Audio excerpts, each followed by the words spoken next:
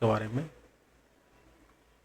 ये एक free open source virtualization software है जो हाइपरवाइज़र के टाइप 2 लेयर पे काम करता है। हाइपरवाइज़र 1 और हाइपरवाइज़र 2, इन दोनों के बीच काफ़ी अंतर है। हम इतना टेक्निकल डिस्कशन नहीं करेंगे, बट सिंपल से मैं आपको बता दूं, ये हम आगे पढ़ेंगे लेकिन बता देता हूं मैं कि टाइप 1 हाइपरवाइज़र वो होते हैं जो आपके हार्डवेयर के ऊपर, जैसे हम ऑपरेटिंग सिस्टम डालते हैं वैसे ही वो ऑपरेटिंग सिस्टम की तरह हार्डवेयर के ऊपर डाला जाता है। और टाइप 2 हाइपरवाइज़र वो होते हैं जो किसी ऑपरेटिंग सिस्टम में, जैसे कि विंडोज़ में, मैक पे या लाइनक्स पे, आप उसको फिर से एक सॉफ्टवेयर की तरह इंस्टॉल करते हो, तो उसको हम टाइप 2 कहते हैं। तो इसी तरह का सॉफ्टवेयर है virtual box. Virtual box free software है। हमें इसके लिए किसी भी तरह का लाइसेंस या पैसे देने की ज़रूरत नहीं है। और हमारे आगे के जितने वीडियोस हैं, प्रैक्टिकल्स हैं, उसमें वर्चुअल बॉक्स हमारे को बहुत काम आने वाला है, तो इसीलिए हम वर्चुअल बॉक्स यूज़ करेंगे। ऐसे और भी सॉफ्टवेयर हैं, जैसे VMware का वर्क स्टेशन, वो काफ़ी अच्छा सॉफ्टवेयर है। 3D सपोर्ट्स है, उसके अंदर इंक्रिप्शंस है और भी बहुत सारे फीचर्स हैं। काफ़ी स्टेबल है वो, लेकिन वो कमर्शियल है और वो बड़े इंटरप्राइज में ज़्यादा यूज़ होता है। हम उसको यूज़ कर सकते हैं, बट हमारे काम के लिए वर्चुअल बॉक्स, बिकॉज क्योंकि वो बिल्कुल सिंपल है इसका इंटरफेस, इसलिए हम वर्चुअल बॉक्स ही यूज़ करेंगे। नेक्स्ट हम इसका जो मेन जो इसका पार्ट है, मैं आपको एक बार वर्चुअल बॉक्स दिखा देता हूँ। ये मैंने अपने सिस्टम में इंस्टॉल कर रखा है। यहाँ पे दो, आप देख सकते हैं, दो वर्चुअल ऑपरेटिंग सिस्टम्स हैं, दोनों लाइनक्स हैं। हम इसके नेटवर्किंग पे बात करना चाहेंगे क्योंकि वही एक इम्पॉर्टेंट रोल है जिसको समझना बहुत ज़रूरी है। मेरे पास एक स्लाइड है, ये वाली। तो हम यहाँ पे देख सकते हैं VMware वर्चुअल बॉक्स का कंपैरिजन। आप आराम से इसको पढ़ लेना। स्नैपशॉट्स दोनों सपोर्ट करते हैं। स्नैपशॉट्स का कहने का मतलब ये है कि आप अपने ऑपरेटिंग सिस्टम का एक जो स्टेट है उसको मेंटेन करके या उसको सेव करके चलते हो।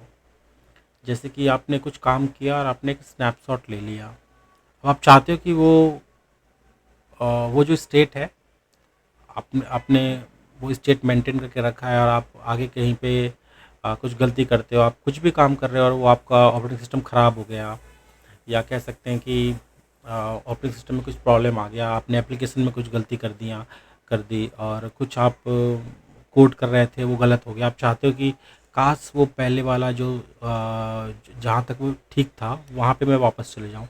तो स्नैपशॉट्स वही होते हैं। आप स्नैपशॉट्स लेके रखो और कभी भी आपको लगता है कि आपने कुछ गलती कर दी तो आप उस स्नैपशॉट में या उस स्टेट पे वापस जा सकते हो। तो ये स्नैपशॉट्स का काम होता है। काफ़ी इम्पॉर्टेंट फीचर है ये, जो हम काफ़ी यूज़ करते हैं। आप देख सकते हैं इसमें दोनों में USB सपोर्ट्स है। 3D सपोर्ट भी इसके अंदर है, लेकिन बेटर जो 3D सपोर्ट है वो VMware के अंदर है। VMware काफ़ी बड़ा सॉफ्टवेयर है, दुनिया का नंबर 1 वर्चुअलाइजेशन सॉफ्टवेयर है। तो इसी वजह से ये VMware का नाम काफ़ी चलता है। बट छोटे काम के लिए हमारा वर्चुअल बॉक्स काफ़ी है। कम्युनिटी सपोर्ट भी दोनों के काफ़ी अच्छे हैं। डिस्क इंक्रिप्शन भी है इसके अंदर। यूसेज आप यहाँ पे देख सकते हो, लेस कॉमन इन एंटरप्राइजेस। यहाँ पे आप देख सकते हो कि एंटरप्राइजेस बहुत ज़्यादा यूज़ करते हैं VMware का। नेक्स्ट स्लाइड है इसके नेटवर्किंग के ऊपर, जिसकी हम बात कर लेते हैं। आप देख सकते हैं ये पब्लिक इंटरनेट है। यहाँ पे हमारा एक स्विच है जो आपके घरों में जितने भी जो राउटर्स लगे होते हैं, जो मशीन दे के जाते हैं आपके इंटरनेट वाले, ये वो है। और इसका IP आप देख सकते हो, ये इसका IP है। आपके सिस्टम है, सिस्टम में आपका एक कार्ड लगा होता है, कार्ड की IP ये होती है। जो नेटवर्क का कार्ड होता है उसकी IP ये है। अब वर्चुअल बॉक्स नेटवर्किंग में क्या चीज़ है, तो जैसे हम वर्चुअल बॉक्स इंस्टॉल करते हैं अपने सिस्टम में, ये क्या करता है, ये एक वर्चुअल स्विच, जैसे ये राउटर है वैसे स्विच होते हैं, तो ये स्विच बना देता है। ये वर्चुअल होता है, दिखाई नहीं देता।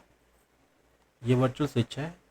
वर्चुअल स्विच के ऊपर आप देखेंगे कि कई तरह के नेटवर्क हम इनेबल कर सकते हैं। जैसे कि नैट है, यहाँ पे नैट आपको दिखाई दे रहा होगा। इसी तरह ब्रिज भी है। नेट हमारे जितने भी आने वाले कोर्सेज हैं उसमें हम नेट या ब्रिज हम यही यूज़ करने वाले हैं। और आप चाहें तो जो अपने आपके ऑपरेटिंग सिस्टम है उस पर DHCP के थ्रू भी आईपी ले सकते हैं। अगर आप ब्रिज मोड पे हैं तो वो आपके राउटर के जो सीरीज़ का जो आईपी एड्रेस है वो लेगा। अगर आप नेट यूज़ करते हैं तो वो आपका जो होस्ट का जो नेटवर्क है उससे एक अलग नेटवर्क खुद बना के वो वाला आईपी यूज़ करेगा। जैसे कि आप यहाँ पे देख सकते हैं, इसका जो आईपी है 10.10.10.1 की सीरीज़ का है। और यहाँ पे आप देखोगे जो वर्चुअल स्विच है उसने 10.0.21 का नेटवर्क बनाया हुआ है, सबनेट बनाया हुआ है। और आप देख पाएंगे जी यहाँ पे 3 वर्चुअल मशीन्स है और तीनों के आईपी उसी सीरीज़ के हैं। तो नेट कहने का मतलब है कि ये नेटवर्क एड्रेस ट्रांसलेशन करता है इन वर्चुअल मशीन्स के लिए। इसका इससे कोई मतलब नहीं है। कहने का मतलब है आपकी इस मशीन से आप अपने जो राउटर के जितने भी आईपीज़ हैं, कोई और डिवाइस है, उसको आप उससे कम्युनिकेट नहीं कर सकते। ये प्राइवेसी और सिक्योरिटी के लिए काफ़ी अच्छा होता है। हाँ, अगर आप इसको ब्रिज मोड पे रखते हैं तो ये जो मशीन है ये इसी सीरीज़ के आईपीज़ को ले पाएंगे। तो कहने का मतलब ये है कि आप यहाँ से इस सीरीज़ पे या जो आपके राउटर के अंदर जितने भी डिवाइसेस है, जैसे आपके पास 2 या 3 लैपटॉप हैं या फिर आपके पास कंप्यूटर्स हैं, तो ये मशीन किसी फिज़िकल डिवाइस से कम्युनिकेट कर सकता है वो। जैसे आप चाहते हैं कि आपका जो होस्ट ऑपरेटिंग सिस्टम है वो इसके अंदर मान के चलो कि ये एक वेब सर्वर है, यहाँ पे कुछ एप्लीकेशन आप डेवलप कर रहे हैं, तो आप चाहते हैं कि आपके होस्ट ऑपरेटिंग सिस्टम से इसको मैं एक्सेस कर पाऊँ, तो आप वो कर पाओगे ब्रिज मोड पे। नेटवर्क मोड पे इसकी कम्युनिकेशन इससे, इसका कम्युनिकेशन इससे, मतलब ये तीनों आपस में कम्युनिकेट कर पाएंगे इस वर्चुअल स्विच के थ्रू। ओके, तो ये एक छोटा सा नेटवर्किंग का इंट्रोडक्शन दिया मैंने। हम पढ़ेंगे इसके बारे में, काफ़ी काफ़ी सारे इसके फीचर्स होते हैं। नेक्स्ट चलते हैं। ये मैंने वर्चुअल बॉक्स इंस्टॉल किया हुआ है। इस पे जो हम सबसे पहले हम इसके सेटिंग्स पे चलते हैं। सेटिंग्स में मैं आपको दिखा देता हूँ कि क्या चीज़ इंपॉर्टेंट है यहाँ पे। जनरल में आप यहाँ पे एक नाम देते हैं अपने मशीन को, कुछ भी नाम आप दे सकते हो। ये कोई भी अपने ऑपरेटिंग सिस्टम इंस्टॉल कर रखा है उसका टाइप है। फिर उसके वर्जन्स आप यहाँ पे देख सकते हो, बहुत सारे वर्जन्स है। ऐसे ही आप चाहते हैं कि विंडोज़ के लगाएं तो आप विंडोज़ भी यहाँ पे इंस्टॉल कर सकते हो। विंडोज़ 10 यहाँ पे आप देख लो, 11 और सर्वर्स भी है। पुराने ऑपरेटिंग सिस्टम्स को भी ये सपोर्ट करता है। एडवांस में जाके देख सकते हैं कि इसके कहाँ पे स्नैपशॉट्स वगैरह इंस्टॉल होंगे।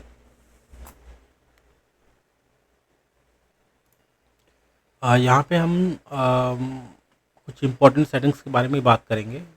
सिस्टम्स के अंदर हम देख सकते हैं यहाँ पे जो मेमोरी है, जो आपका रैम है, आपके ऑपरेटिंग सिस्टम का रैम है, आप यहाँ से एडजस्ट कर सकते हैं। बूट ऑर्डर, जैसे हमें पता है कि जब भी हम सिस्टम में कुछ नया ऑपरेटिंग सिस्टम इंस्टॉल करते हैं, अगर हम सीडी से कर रहे हैं तो उसको सीडी के या ऑप्टिकल डिस्क के थ्रू इंस्टॉल करते हैं, तो ये वही बूट ऑर्डर है। जैसे बायोस में जाके हम करते हैं, ये वैसी है सेम। इवन आप चाहे तो नेटवर्क से भी बूट करा सकते हैं। यहाँ पे चिपसेट है नेटवर्क का। TPM, विंडोज़ 11 में आजकल TPM जरूरी है, तो इसका ऑप्शन भी यहाँ पे दिया गया है। पॉइंटिंग डिवाइस, आपका माउस का सेटिंग्स है। कुछ एक्सटेंडेड फीचर्स है यहाँ पे। डिस्प्ले एक इम्पॉर्टेंट है यहाँ पे, जहाँ पे हम जैसे कि आपका डेस्कटॉप ऑपरेटिंग सिस्टम है, आप चाहते हो कि उसमें काफ़ी अच्छा ग्राफिक आए, तो आप यहाँ पे इसको एडजस्ट करके ज़्यादा से ज़्यादा रैम दे के इसको हम यूज़ कर सकते हैं। हमारे पास 2 या 3 मॉनिटर है तो यहाँ पे भी हम एडजस्ट कर सकते हैं। 3D एक्सलेशन करेंगे तो ग्राफिक अच्छे से आएगा। ये बहुत ज़रूरी है अगर आपके पास डेस्कटॉप ऑपरेटिंग सिस्टम है। डेस्कटॉप ऑपरेटिंग सिस्टम का कहने का मतलब है कि ग्राफिकल हो। मोस्टली जितने भी खासकर लाइनक्स के जितने ऑपरेटिंग सिस्टम्स होते हैं या जो हम आगे इसमें काम करने वाले हैं, वो आपके ग्राफिकल नहीं होंगे, मोस्टली CLI बेस्ड होंगे। कहने का मतलब है काला सा विंडो ही दिखाई देगा। तो ये सब हमें करने की ज़रूरत नहीं पड़ेगी। नेक्स्ट स्टोरेज है यहाँ पे। स्टोरेज कहने का मतलब आपका हार्ड डिस्क और आपका ऑप्टिकल डिवाइस की सेटिंग्स है। यहाँ पे प्लस या माइनस करके आप यहाँ पे उसको ऐड या रिमूव कर सकते हैं। ग्राफिकल इंटरफेस के लिए आप अगर ऑडियो इनेबल करना चाहते हैं तो यहाँ से कर सकते हैं। मेन जो है यहाँ पे वो है नेटवर्क। आप यहाँ पे देख सकते हैं, यहाँ पे 4 नेटवर्क अडेप्टर के ऑप्शंस हैं। जैसे कि किसी भी डेस्कटॉप में आपके पास अगर आप डेस्कटॉप है और आप चाहते हैं कि उसके अंदर 2 या 3 जितने भी कार्ड्स हैं वो लगा सकें, तो ये उसी के लिए ऑप्शंस है। यहाँ पे आप देख सकते हैं कि जो अडेप्टर 1 है वो इनेबल्ड है, अडेप्टर 2 इनेबल्ड नहीं है। अगर मैं इसको इनेबल करूँ दैट मीन्स कि दूसरा अडेप्टर इनेबल हो जाएगा, मतलब एक डेस्कटॉप पे या एक आपका जो सिस्टम है उसमें 2 अडेप्टर लग जाएंगे। ठीक है, ऐसे 3 और 4 ऐसे आप कर सकते हैं। ये आगे हम पढ़ेंगे। यहाँ पे आप देख सकते हैं अटैच टू। यहाँ पे मैंने जो चूज़ कर रखा है वो ब्रिज अडेप्टर कर रखा है। ये ऐसा क्यों है? क्योंकि मैं चाहता था कि ये जो मेरा ऑपरेटिंग सिस्टम है मेरे होस्ट या राउटर से डायरेक्ट बात करे।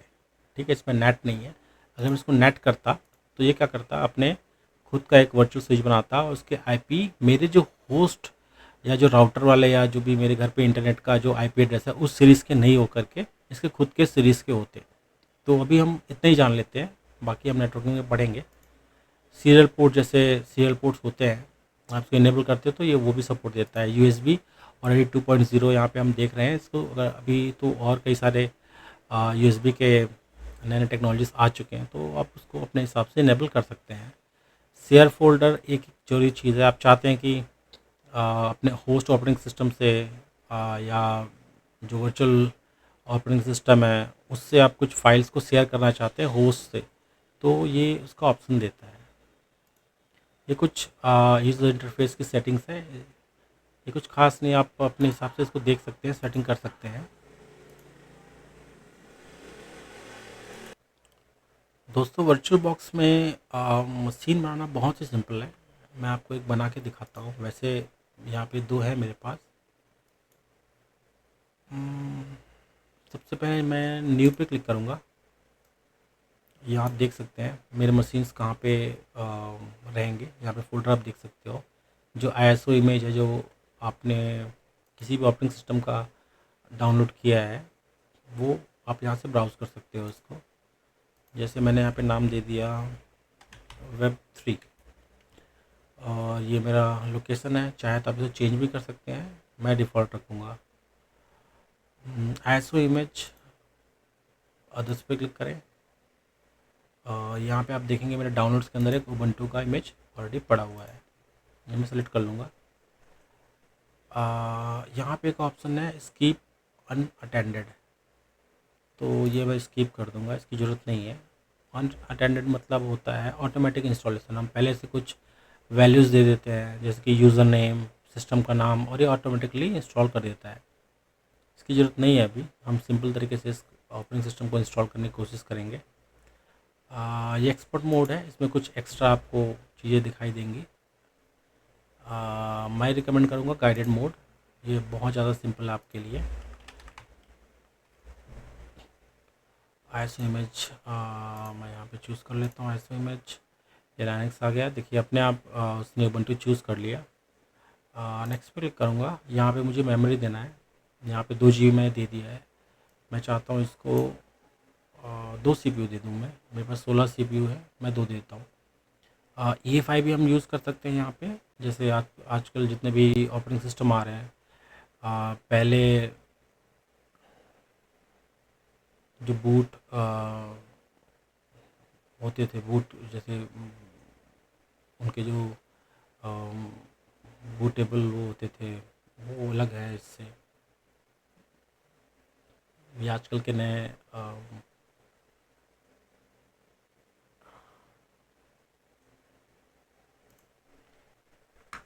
आजकल जितने भी नए मशीन्स आ रहे हैं वो EFI के साथ आ रहे हैं। जो पहले हमारे ऑपरेटिंग सिस्टम को बूट करने के जो तरीके, जो फाइल्स जो थे वो डिफरेंस थे आज के बजाय। ऐसा क्यों है? क्योंकि पहले जो भी हमारे ऑपरेटिंग सिस्टम को बूट करने वाले जो फाइल्स होते थे वो कह सकते हैं कि वो पहले डिस्क के स्टार्टिंग सेक्टर में ही हुआ करते थे। और आजकल के जो EFI वाले हैं वो आपके हार्ड डिस्क के स्टार्ट में और एंड में, ये दोनों जगह पे होते हैं। तो एक एडवांस आपके जो ऑपरेटिंग सिस्टम के जो बूट कराते हैं, जो स्टार्ट कराते हैं, जो जो फाइल्स उनको चाहिए होता है, ये उनके लिए ज़रूरी है। तो ये एक एडवांस वर्ज़न है, कह सकते हैं उसको। मैं नेक्स्ट पे क्लिक करूँगा। यहाँ पे हार्ड डिस्क 25 GB। यहाँ पे आपको कुछ कई सारे ऑप्शंस दिखेंगे, जैसे कि यहाँ पे कहा जा रहा है create a virtual hard disk now. Okay, यहाँ पे 25 GB ऑप्शन सेट है। प्री एलोकेट फुल साइज़, ये क्या है? यहाँ पे अगर मैं चेक करता हूँ तो कहने का मतलब ये है, जो वर्चुअल हार्ड डिस्क की फ़ाइल है वो 25 GB आपके सिस्टम का जो हार्ड डिस्क है उसे 25 GB ले लेगा, लेकिन हम इसको यूज़ नहीं करेंगे। 25 GB मैंने यहाँ पे दे रखा है, लेकिन अगर मैं ये ऑप्शन चूज़ नहीं करता तो इसका मतलब ये है कि जो भी जैसे ही ऑपरेटिंग सिस्टम इंस्टॉल होगा, अगर वो 2 GB 4 GB जितना यूज़ करेगा ये उतना ही लेगा। हाँ, बाद में अगर आप उस पर कुछ फाइल्स डालोगे तो वो अपने आप बढ़ते जाएगा, और इसकी जो लिमिट है वो 25 GB तक रहेगी। 25 GB के बाद आपको मैनुअली सेट करना पड़ेगा। तो ये वो है। अगर पास एग्जिस्टिंग कोई हार्ड डिस्क है, आपने पहले बना रखा है, तो आप ये इस ऑप्शन से चूज़ कर सकते हो। अगर हार्ड डिस्क यूज़ नहीं करना है, ये जैसे कि आप किसी को लाइव CD आते हैं, उसको आप टेस्ट करना चाहते हैं, तो ये आप चूज़ कर सकते हो। इससे होगा ये कि ये हार्ड डिस्क नहीं बनाएगा, और आपका जो सिर्फ डिस्क है या ऑप्टिकल जो डिस्क है उसी से आप लाइव CD चला सकते हो। मैं करूँगा नेक्स्ट पे क्लिक। ये कुछ समरीज आपको बताएगा कि आपने क्या क्या सेटिंग्स कर रखे हैं। यहाँ पे हम देख सकते हैं मशीन का नाम है Web3, मशीन फोल्डर ये है ISO, जो भी हमारा जो ISO इमेज इसका पाथ है। गेस्ट ऑपरेटिंग सिस्टम कौन से टाइप का है, अनअटेंडेड को हमने स्किप कर दिया था। हार्डवेयर आप देखेंगे बेस मेमोरी है 2 GB, 2 प्रोसेसर इसके अंदर, और EFI को हमने फॉल्स कर रखा है। हमें ग्राफिकल की ज़रूरत ही नहीं है। विंडोज़ 10 या विंडोज़ 11 या जो दूसरे एडवांस ऑपरेटिंग सिस्टम है उसमें ये काम आते हैं।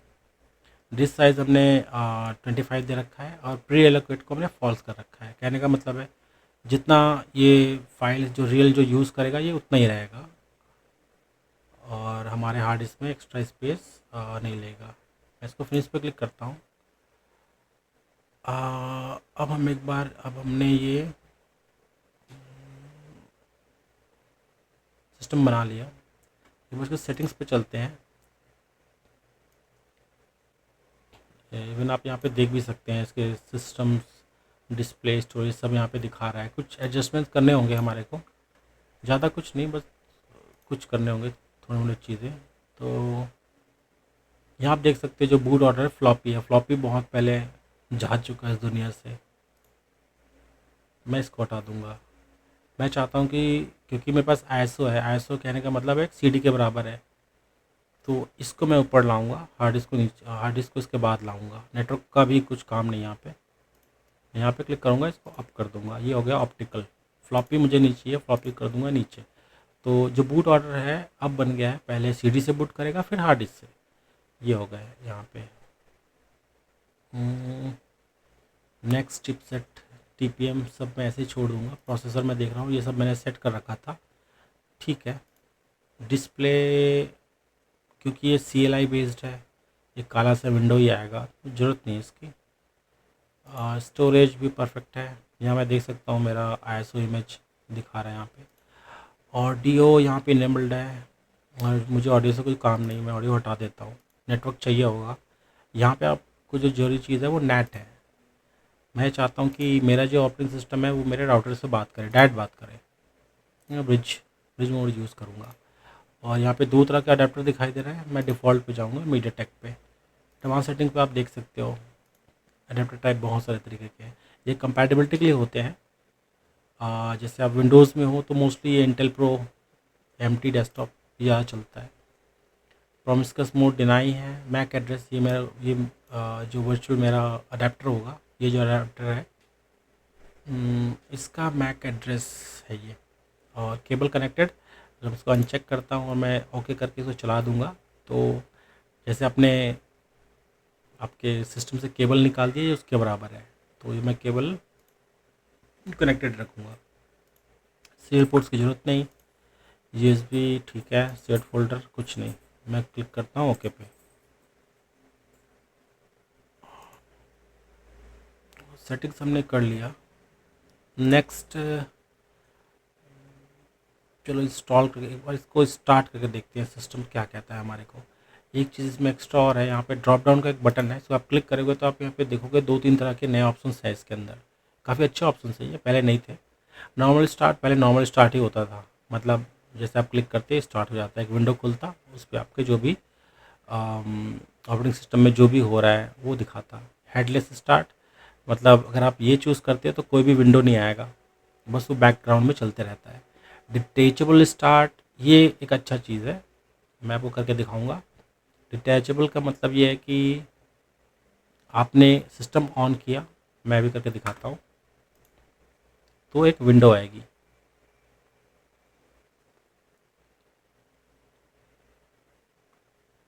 देखिए ये विंडो है,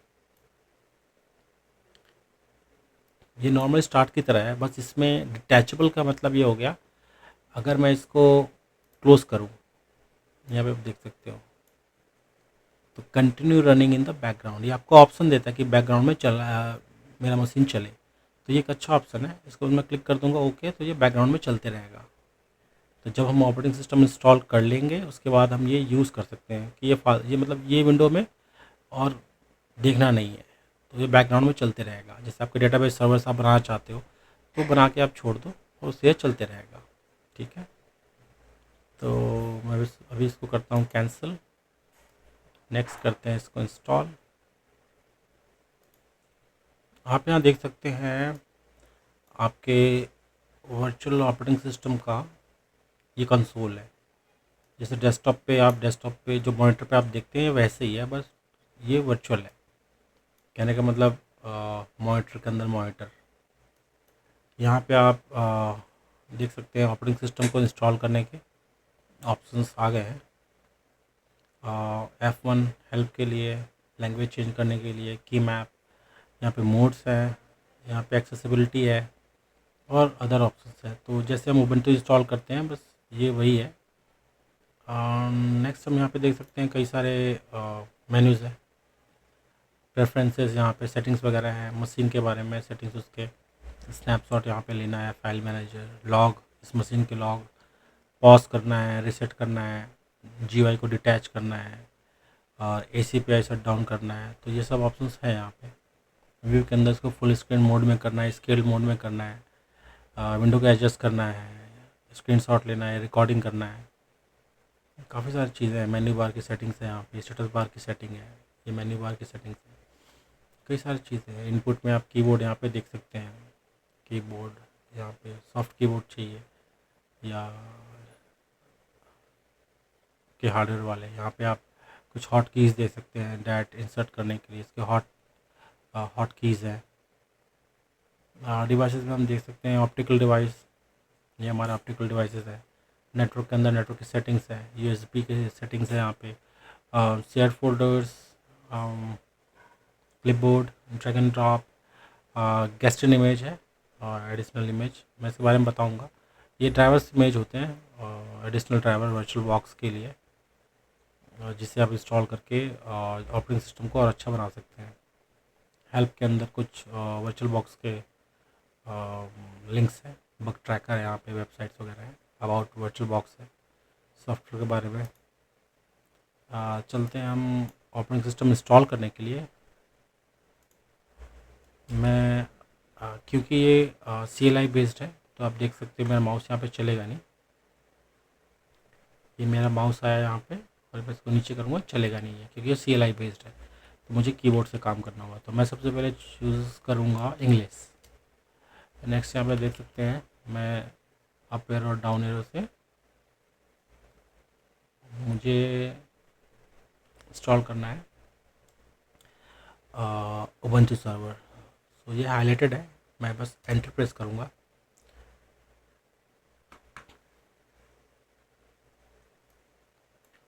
आगे ये दिखा रहा है लैंग्वेज सेलेक्ट करने के लिए, इंग्लिश ही रहने देते हैं। चूँकि मैं इंडिया से हूँ, मैं चूज़ करूँगा इंडिया। ये कह रहा है कीबोर्ड डिटेक्शन के लिए, मुझे नहीं कराना। लैंग्वेज आप चाहे तो यहाँ पे किसी भी तरह जो भी लैंग्वेज आपको चाहिए वो आप यहाँ पे चूज़ कर सकते हो। मैं चूज़ करूँगा इंग्लिश यूएस। ये कीबोर्ड कॉन्फ़िगरेशन के लिए मैं डिफ़ॉल्ट पे रहने दूँगा। आज स्कैन कर रहा है सीडी रोम को।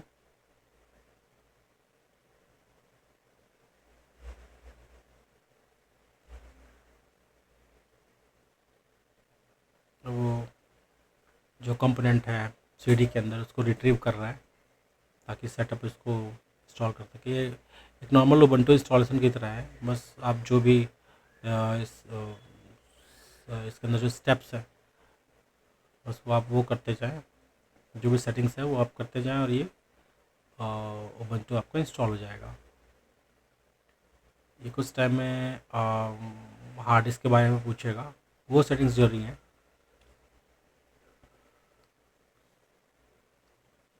ये नेटवर्क ले रहा देखिए आप डीएचसीपी से,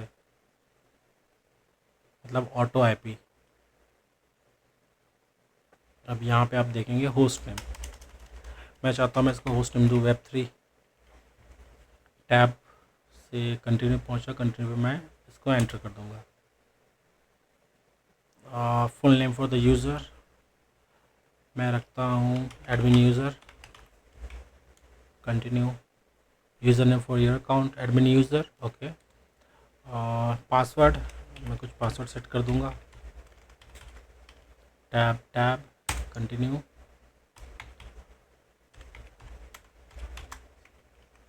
कंटिन्यू। ये एक यहाँ पे इम्पोर्टेंट सेटिंग है, अगर आप एन्क्रिप्शन यूज़ करना चाहते हैं होम डायरेक्टरी को तो आप यहाँ पे यस कर देंगे, नहीं तो नो ही रहने देंगे।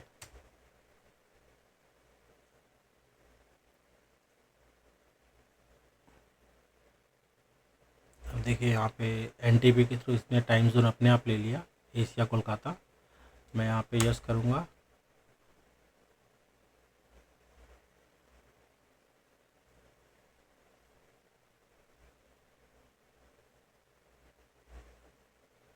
यहाँ पे आप देख सकते हैं हार्ड डिस्क सेटअप के बारे में कह रहा है।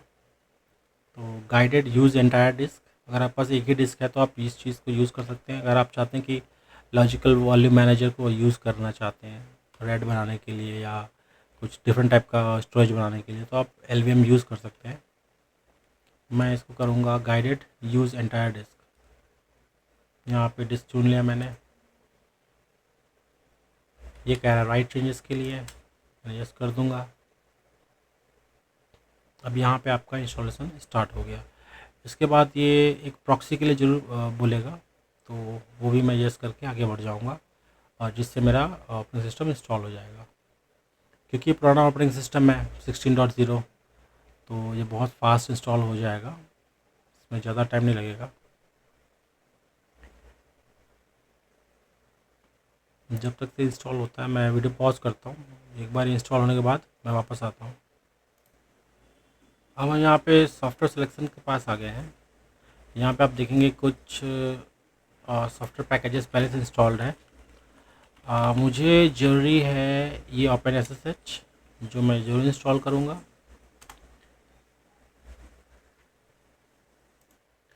ये हम इंस्टॉलेशन को फिनिश करने वाले हैं। यहाँ पे हमें कंटिन्यू को प्रेस करना है और ये इंस्टॉलेशन को फिनिश कर देगा और इसके बाद एक बार रिबूट होके आपका ऑपरेटिंग सिस्टम तैयार हो जाएगा। तो इस तरीके से हम वर्चुअल बॉक्स में ऑपरेटिंग सिस्टम डालते हैं। ये आप देख रहे होंगे अब उबंटू जो है वो बूट हो रहा है। ये आपका कंसोल विंडो है जहाँ पे इसके आउटपुट आप देख सकते हैं। सेम वैसे ही जैसे आप किसी फिज़िकल मशीन में काम कर रहे हैं। ये स्क्रीन आप छोटी बड़ी भी कर सकते हैं अपने हिसाब से, फुल स्क्रीन भी कर सकते हैं। और इससे कुछ शॉर्टकट्स होते हैं, आप यहाँ पे देख सकते हैं। फुल स्क्रीन मोड के लिए होस्ट एफ, सो होस्ट की मतलब आपका विंडोज़ की, और एफ मतलब फुल स्क्रीन। स्केल मोड में होस्ट प्लस सी, और एक माउस कैप्चर का भी होता है यहाँ पे ऑप्शन। माउस कैप्चर के लिए आपका आई थिंक एफ होता है इस पर। अब यहाँ पे हम एक बार लॉगिन करके देख लेते हैं। मेरा यूज़र नेम था एडमिन यूज़र, पासवर्ड तो आप ये देखेंगे मैं उबंटू में लॉगिन हो चुका हूँ। मैं यहाँ पे कोई भी कमांड डालना चाहता हूँ। देखिए अब मेरा नेटवर्क भी यहाँ पे चल रहा है, और यहाँ पे आप देख सकते हैं यहाँ पे नेटवर्क, यूएसबी, अगर आप रिकॉर्डिंग कर रहे हैं तो ये हार्ड डिस्क, ये सब यहाँ पे चलता हुआ आपको दिखाई देगा।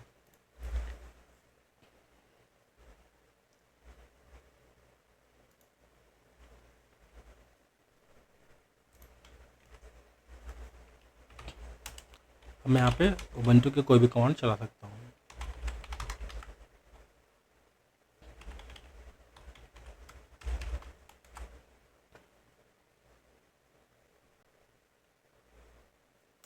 तो इस तरीके से हम अपने ऑपरेटिंग सिस्टम को इंस्टॉल करेंगे वर्चुअल बॉक्स पे, और ये एक हमारा सर्वर बन गया।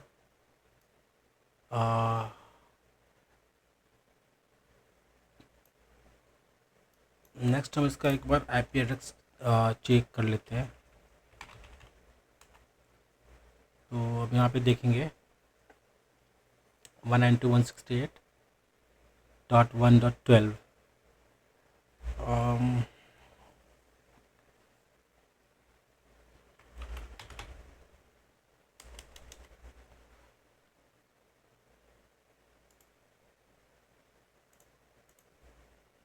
मैं एक बार अपना CMD खोलूँगा, जो सिस्टम है उसका, और मैं आपको यहाँ पे दिखाना चाहूँगा कि इसके आईपी एड्रेस कैसे काम कर रहे हैं।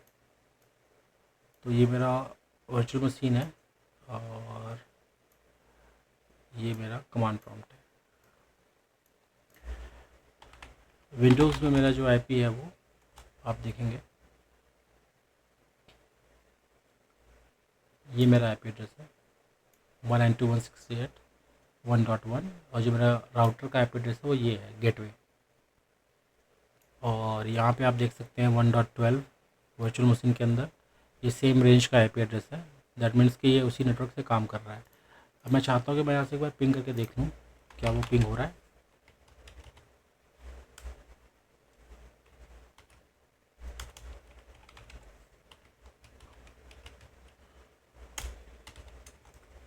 देखिए ये पिंग हो रहा है। ओके, और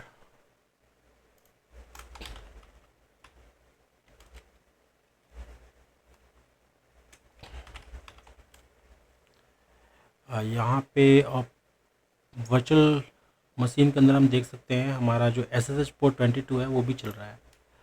तो क्या मैं इसको टैलेंट कर पाऊँगा यहाँ से?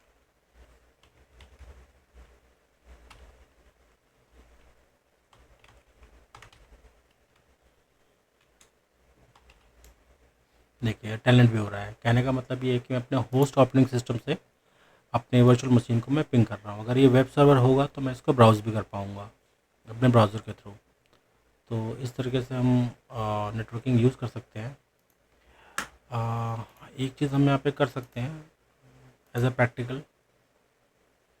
मैं चाहता हूँ कि नेटवर्क मोड है, मैं इसको नेट पे कन्वर्ट करूँ, ओके कर दूँ। अब देखते हैं क्या होता है।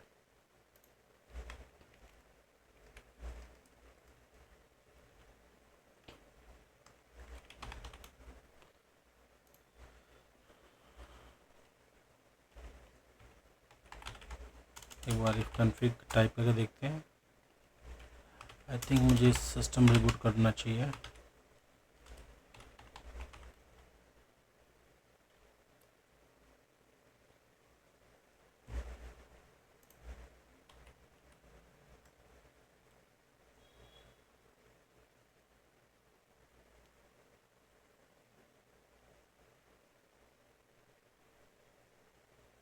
थोड़ा वेट करते हैं,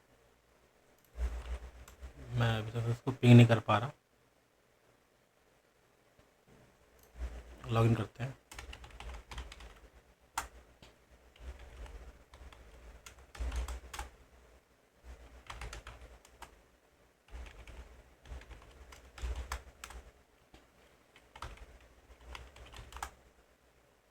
अब देखिए यहाँ पे कुछ चेंजेस हो गए हैं, क्योंकि मैंने यहाँ पे नेट यूज़ किया हुआ है, तो इसके जो आईपी के सीरीज़ है वो चेंज हो गए हैं।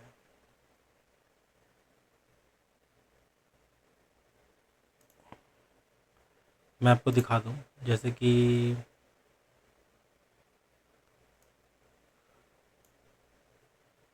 जो मेरा वर्चुअल मशीन है उसका आईपी है 10.2.15। क्या मैं इसको यहाँ से पिंग कर पाऊँगा? 10.0.2.15 अब पिंग नहीं होगा। क्यों? क्योंकि मैंने इसको इसका नेटवर्क चेंज कर दिया है। इसको भी कम्युनिकेट करा सकते हैं इससे, लेकिन तरीका दूसरा होगा। उस पर कुछ नेटिंग्स हमें जोड़ने होंगे। उसके लिए हम नेटवर्क्स पे जाएंगे। यहाँ पे नेट एडवांस पोर्ट फॉरवर्डिंग, तो पोर्ट फॉरवर्डिंग के थ्रू हम इस मशीन को इस मशीन से कम्युनिकेट करा सकते हैं, जो कि थोड़ा सा टीडियस लगता है। बेटर है कि आप ब्रिज मोड यूज़ करें।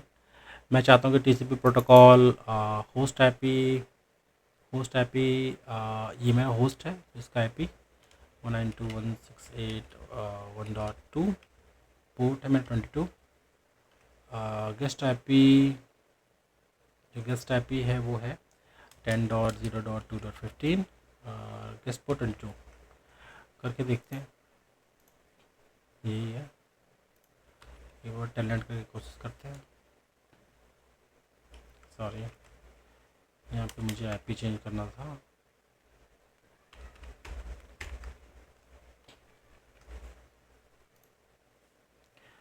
तो पोर्ट फॉरवर्डिंग का मतलब ये है कि हमने 22 पोर्ट को फॉरवर्ड कर दिया है अपने होस्ट मशीन के आईपी के थ्रू। सो टेलनेट 10.0.2.15 पोर्ट 22।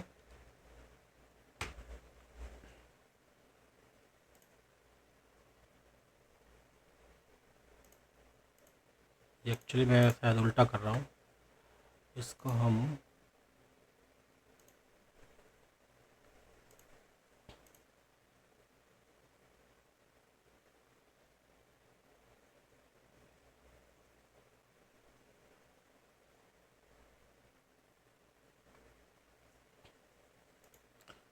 एक बार अपनी सेटिंग्स चेक कर लेते हैं।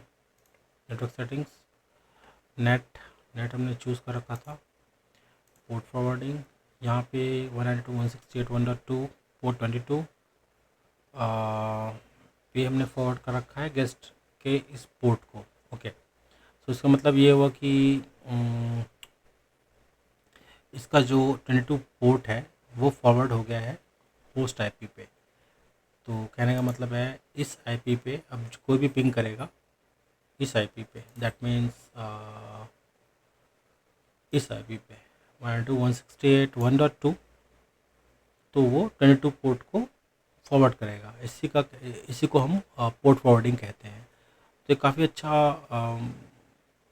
ऑप्शन है वर्चुअल बॉक्स के अंदर, जहाँ पे अपना इंटरनल जो भी पोर्ट है उसको फॉरवर्ड कर सकते हैं अपने होस्ट आईपी पे। ये सेम वैसी है जैसे हम फायरवॉल या किसी भी नेटवर्किंग डिवाइस में हम यही चीज़ करते हैं। जब हम चाहते हैं कि जो हमारा जो एक्सटर्नल पोर्ट है उसको, मतलब एक्सटर्नल जो आईपी है हमारा पब्लिक आईपी, वो हम चाहते हैं कि एक्सपोज करें पब्लिकली हमारे वेब सर्वर पे। तो जो इंटरनल जो हमारा आईपी होता है उसको हम एक्सपोज करते हैं किसी एक पोर्ट पे, तो ये वैसे ही काम कर रहा है। अगर हम यहाँ पे 22 पोर्ट ना लेकर के अगर हमने अपने वेब सर्वर के पोर्ट लिए होते 80 या 443, तो हम उसको भी यहाँ पे फॉरवर्ड कर सकते थे। ये हम आगे पढ़ेंगे, थोड़ा नेटवर्किंग इसमें चाहिए होगा। तो मैं ये करके देख लेते हैं एक बार।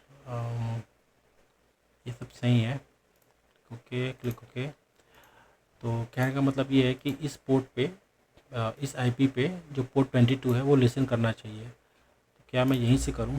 एक बार टेलनेट चलाते हैं। टेलनेट पहले लोकल होस्ट कर लेते हैं 22। इस पे लिसन कर रहा है, मतलब ये वर्चुअल मशीन अपने आप में लिसन कर रहा है पोर्ट 22 को। अब एक बार पिंग, नो नो पिंग यहाँ पे चलेगा नहीं, क्योंकि आईसीएमपी पोर्ट जो है वो फॉरवर्ड नहीं किया हमने। तो टेलनेट करेंगे हम 192.168.1.2।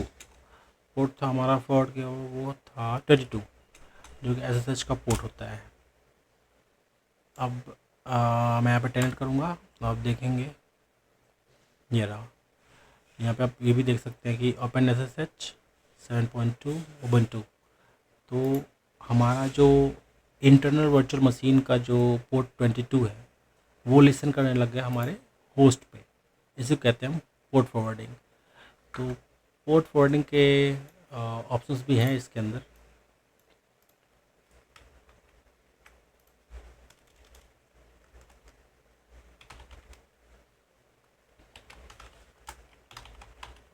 एक बार हम देख लेते हैं इस पे। देखिए यहाँ पे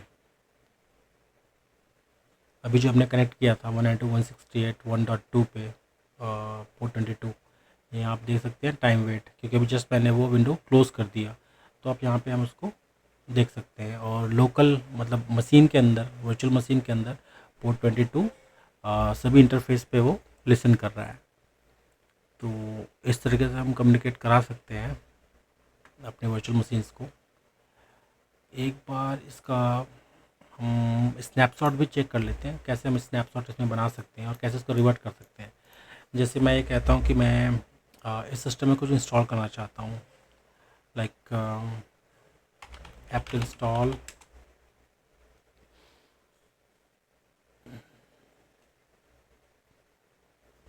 फायरफॉक्स।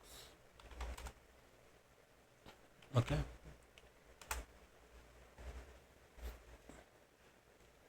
चूँकि मुझे पता है कि ये ग्राफिकल ऑपरेटिंग सिस्टम है नहीं है, ठीक है। ये फायरफॉक्स इंस्टॉल करते ही ग्राफिकल वगैरह सब बना देगा,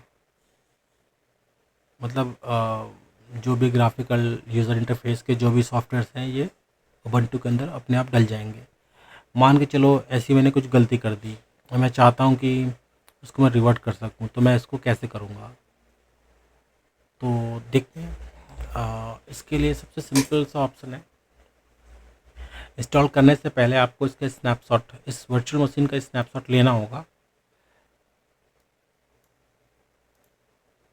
यहाँ पे आप मशीन्स पे क्लिक करेंगे, टेक्स्ट स्नैपशॉट्स, और ये एक नाम है स्नैपशॉट का, या आप इसको कह सकते हैं फ्रेश इंस्टॉल उबंटू। जो हमने पहले सबसे पहले जैसे फ्रेश इंस्टॉल किया था उसका डिस्क्रिप्शन देके यहाँ पे हम ओके पे क्लिक कर देंगे। तो यहाँ पे आप देख सकते हो ये स्नैपशॉट ले रहा है, अभी इंस्टॉल नहीं हुआ है, अभी इंस्टॉलेशन चल रहा है। लेकिन जो इस स्टेट का जो भी फाइल्स है जैसे है वो इंटैक्ट, उसको एक स्नैपशॉट बना दिया उसने। अगर ये इंस्टॉलेशन गलत हो जाता है या कुछ प्रॉब्लम हो जाती है इसमें, तो हम वापस उस स्टेट पे पहुंच जाएंगे, उस जगह पे पहुंच जाएंगे जहाँ पे हमने अपने उबंटू को फ्रेश इंस्टॉल किया था। बट ऐसा होगा नहीं, ये आराम से इंस्टॉल हो जाएगा। यहाँ पे हम देख सकते हैं।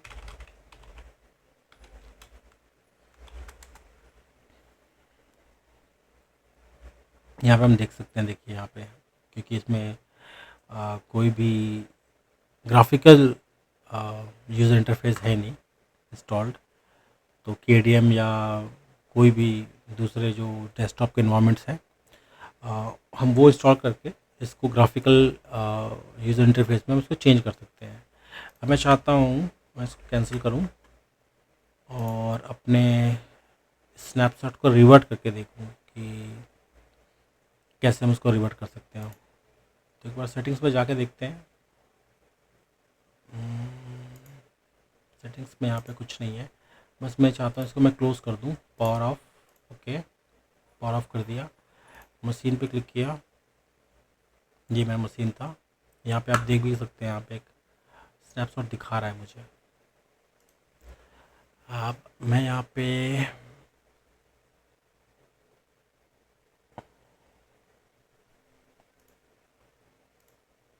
मशीन्स पे क्लिक किया।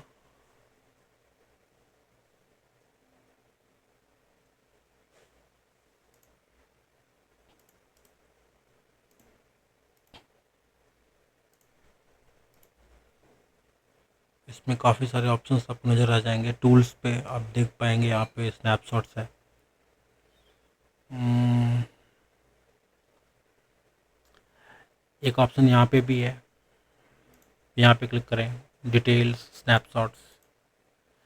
तो यहाँ पे जो आपने लास्ट स्नैपशॉट ले रखा था जिस नाम से, जैसे कि मैंने ले रखा था फ्रेश इंस्टॉल उबुंटू,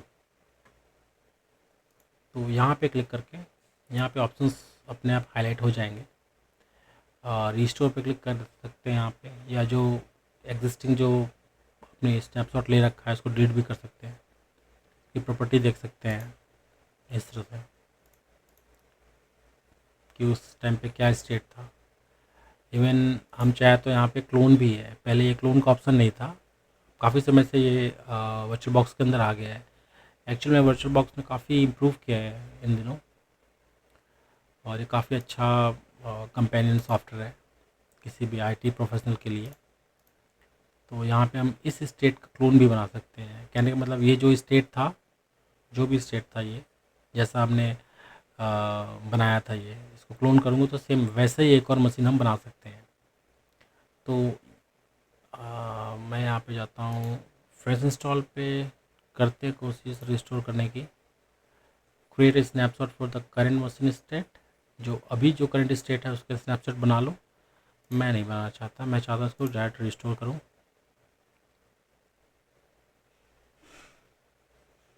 तो ये करंट जो स्टेट है वो चेंज हो गया। अब ये जो हमारा फ्रेश जो इंस्टॉल है ये वहाँ पे आ गया।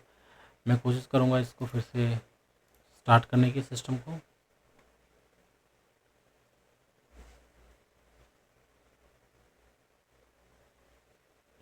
देखिए जिस टाइम पे ये जो अपना सॉफ्टवेयर इंस्टॉल हो रहा था एग्जैक्टली उसी समय पे चला है ये। हमने सॉफ्टवेयर के बीच से जहाँ पे वो इंस्टॉलेशन चल रहा था उसके बीच में स्नैपशॉट लिया था, और एग्जैक्टली ये उसी जगह पे हमें लेके वापस आ गया। तो ये होता है स्नैपशॉट्स का कमाल। काफ़ी यूज़फुल चीज़ है, इसको हम कई बार यूज़ कर सकते हैं अपने किसी भी आगे के फेलियर से बचने के लिए। एक तरह से बैकअप कह लो। इसके डाउन साइड्स भी हैं काफ़ी सारे, लेकिन प्रोडक्शन यूज़ में स्नैपशॉट्स हम ज़्यादा यूज़ नहीं करते, बैकअप्स यूज़ करते हैं। इसके पीछे भी काफ़ी कहानियाँ हैं। तो ये रहा आपका स्नैपशॉट्स। नेक्स्ट है एक और जो इसमें अच्छी चीज़ है वो मैं आपको बता देता हूँ। पहले मैं ये सिस्टम को शट डाउन करता हूँ। मैं चाहता हूँ कि इस मशीन को मैं क्लोन कर लूँ, तो सिंपल है क्लोन करना। राइट क्लिक करें और ये क्लोन पे क्लिक करना है। नया मशीन का नाम दे देना, जैसे मैं कहता हूँ इसको वेब 4, और ये सेम एक और मशीन बना देगा। फुल क्लोन, लिंक्ड क्लोन, दोनों डिफरेंसेस होते हैं। लिंक्ड क्लोन में जो भी हार्ड डिस्क होता है वो लिंक्ड होता है, मतलब आपका नया हार्ड डिस्क नहीं बनेगा। तो मैं चाहता हूँ फुल क्लोन करूँ।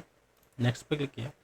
जो भी करंट मशीन का जो स्टेट है उसके हिसाब से कर दो, या फिर एवरीथिंग जितना जो भी जैसा है वैसा का वैसा उसको कर दो। स्नैपशॉट्स भी दिखा रहा है यहाँ पे। तो करंट मशीन का स्टेट पे मैं इसको फिनिश करता हूँ। अभी क्या करेगा, एक और मशीन बना देगा। यहाँ पे आप देखेंगे, यहाँ पे कॉपिंग मशीन कह रहा है।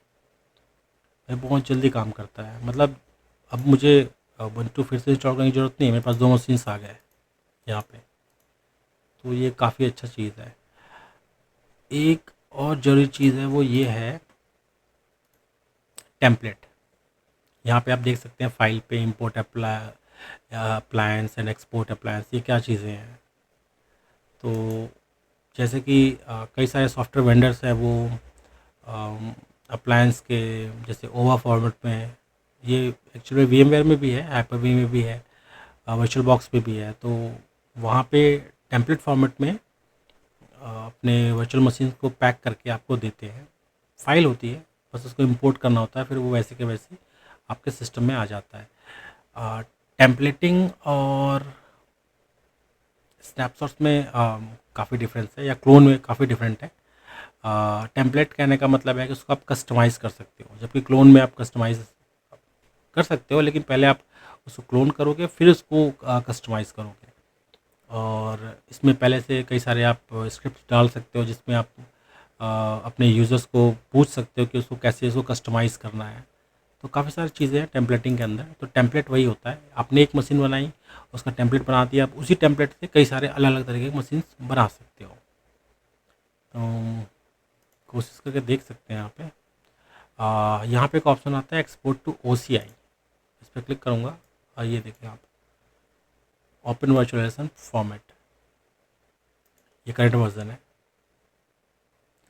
यहाँ पे आप, ये हमारा 2.0, 0.9, 2.0 पे जाऊँगा मैं, लेटेस्ट वर्जन पे। और यहाँ पे जो एक्सटेंशन आएगा वो ओवा, जो मैं ओवा फाइल की बात कर रहा था, ये वही है, ये टेम्पलेट है। और इस पर आप देख सकते हैं right manifest file, include ISO images.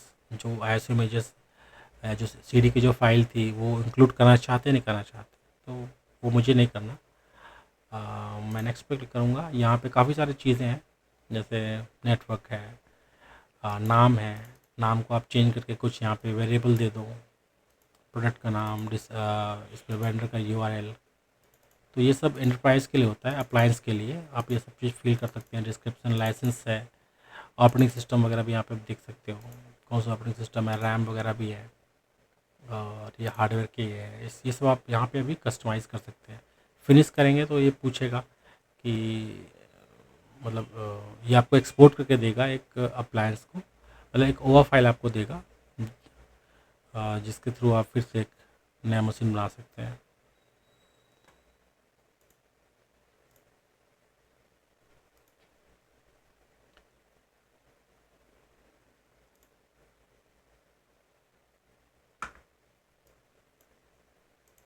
तो यहाँ पे आप देख सकते हैं, मैंने अपने Web3 का एक टेम्पलेट बना रखा है, ये 908 MB का है। अगर मैं इस पर क्लिक करता हूँ तो डायरेक्ट मेरे वर्चुअल बॉक्स में आ जाएगा। ये आप देखें यहाँ पे, ये सोर्स, ये सेटिंग्स है। यहाँ पे आप उसको अभी भी कस्टमाइज़ कर, जो आपके एंड यूज़र है ये आप उसको कस्टमाइज़ कर सकते हैं, जो कि क्लोन में ऐसा नहीं होता। तो ये एक बहुत अच्छा फीचर है। मैं चाहता हूँ यहाँ पे इंक्लूड ओनली नेटवर्क, ये ऐसे रहने देते हैं। गाइडेड मोड पे, ये गाइडेड मोड है। और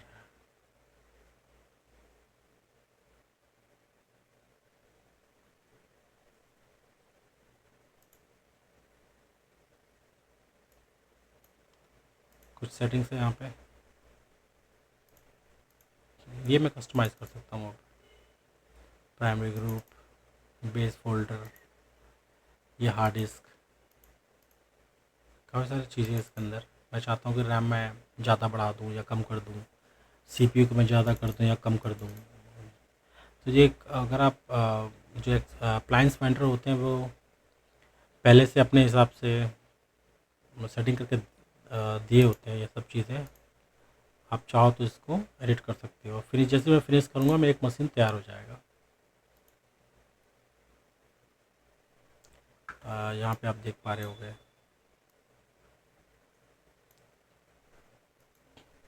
ये देखिए यहाँ पे मेरा अप्लायंस इंपोर्ट हो रहा है, ये हो चुका।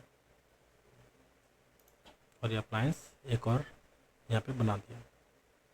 अब मैं इसको स्टार्ट करूँ तो ये चल जाएगा। Powering up.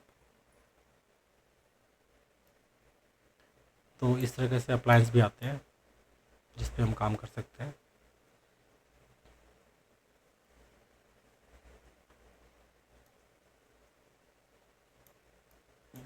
मोस्टली नेटवर्क के डिवाइस, फायरवॉल्स और कई सारे सॉफ्टवेयर्स वगैरह हैं, वो ऐसे अप्लायंस में आते हैं।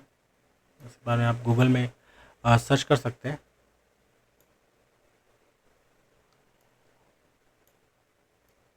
ये आपका उबंटू इंस्टॉल हो गया, बिना कुछ किए आपके पास एक प्रॉपर वर्चुअल मशीन तैयार हो गया। मैं इसको क्लोज़ करूँगा, पावर ऑफ। तो ये है वर्चुअल बॉक्स का कमाल। यहाँ पे हम आगे भी काफ़ी सारी चीज़ करेंगे इस पे ही, जैसे हमारे अगर विंडोज़ का हमें एक डीएनएस सर्वर बनाना है या एक्टिव डायरेक्टरी बनाना है, उसको अपने क्लाइंट से कम्युनिकेट कराना है, डोमेन को ज्वाइन कराना है, एक वेब सर्वर बनाएंगे, स्टोरेज बनाना है, स्टोरेज पे कुछ फाइल सिस्टम बनाने हैं, डीएफएस बनाना है, एनएफएस बनाना है, तो वो सब हम करेंगे अपने क्लाइंट के सिस्टम से, उसको एक्सेस करना, उसको माउंट करना। अम, तो वो सब काम हम ओरेकल के वर्चुअल बॉक्स से हम आराम से कर पाएंगे। तो ये कंपेनियन सॉफ्टवेयर है, ज़रूरी नहीं कि जानना है इसको। आप चाहें तो आपके हिसाब से कोई और सॉफ्टवेयर यूज़ कर सकते हैं, बहुत सारे सॉफ्टवेयर हैं ऐसे। आपको अगर वीएमवेयर अच्छा लगता है तो वो भी यूज़ कर सकते हो, वो ज़्यादा अच्छा है। बट हमारे काम के लिए सिंपल इंटरफेस के साथ ये सबसे अच्छा सॉफ्टवेयर है, इसका कोई कॉस्ट नहीं है। हम नेक्स्ट वीडियो में इसी के ऊपर प्रैक्टिकल करेंगे, जो भी हमारे आगे के आने वाले लेसन्स हैं वो सब हम इस सॉफ्टवेयर के थ्रू ही करेंगे। आई थिंक आज के लिए इतना ही। नेक्स्ट वीडियो में मिलेंगे। Thank you, thanks everyone.